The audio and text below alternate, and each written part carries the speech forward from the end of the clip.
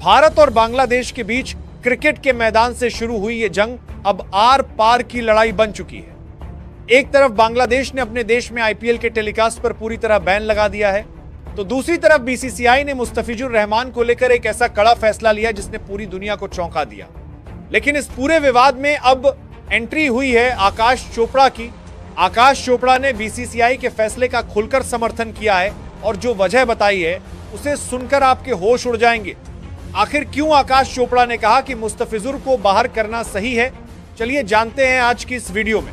दरअसल विवाद तब शुरू हुआ जब बीसीसीआई ने केकेआर को निर्देश दिया कि वो मुस्तफिजुर रहमान को रिलीज कर दें। इस पर आकाश चोपड़ा ने कहा कि देखिए, बात सीधी है। आकाश चोपड़ा ने इस बार डिप्लोमेटिक होने के बजाय सीधा हमला बोला है। उन्होंने सार कहा कि बीसीसीआई ने मुस्तफिजुर रहमान को लेकर जो फैसला लिया है वो बिल्कुल सही है, लेकिन चौंकाने वाली बात वो वजह है जो उन्होंने बताई। आकाश ने खुलकर बांग्लादेश में अल्पसंख्यकों यानी हिंदुओं पर हो रहे अत्याचार का मुद्दा उठाया है। उन्होंने कहा कि जिस तरह से वहां हिंदुओं के साथ हिंसा हो रही है उसे देखते हुए बीसीसीआई का विरोध जताना जायज है।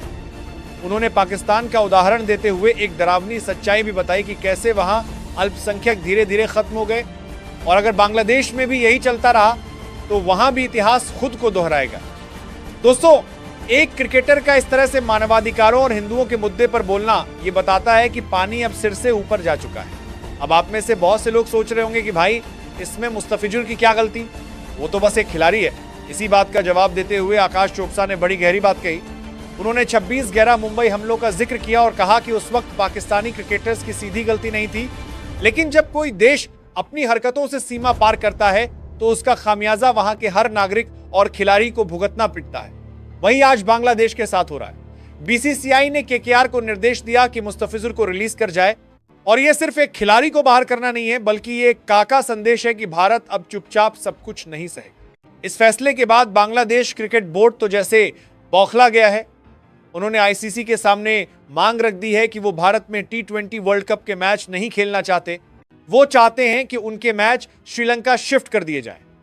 मतलब सोचिए, एक तरफ आपके देश में आईपीएल का टेलीकास्ट बैन है और दूसरी तरफ आप वर्ल्ड कप के वेन्यू बदलने की हित कर रहे हैं। बांग्लादेश सरकार का कहना है कि बीसीसीआई के इस फैसले से उनकी जन भावनाएं आहत हुई हैं। लेकिन भाई, असली खबर तो अब आई है।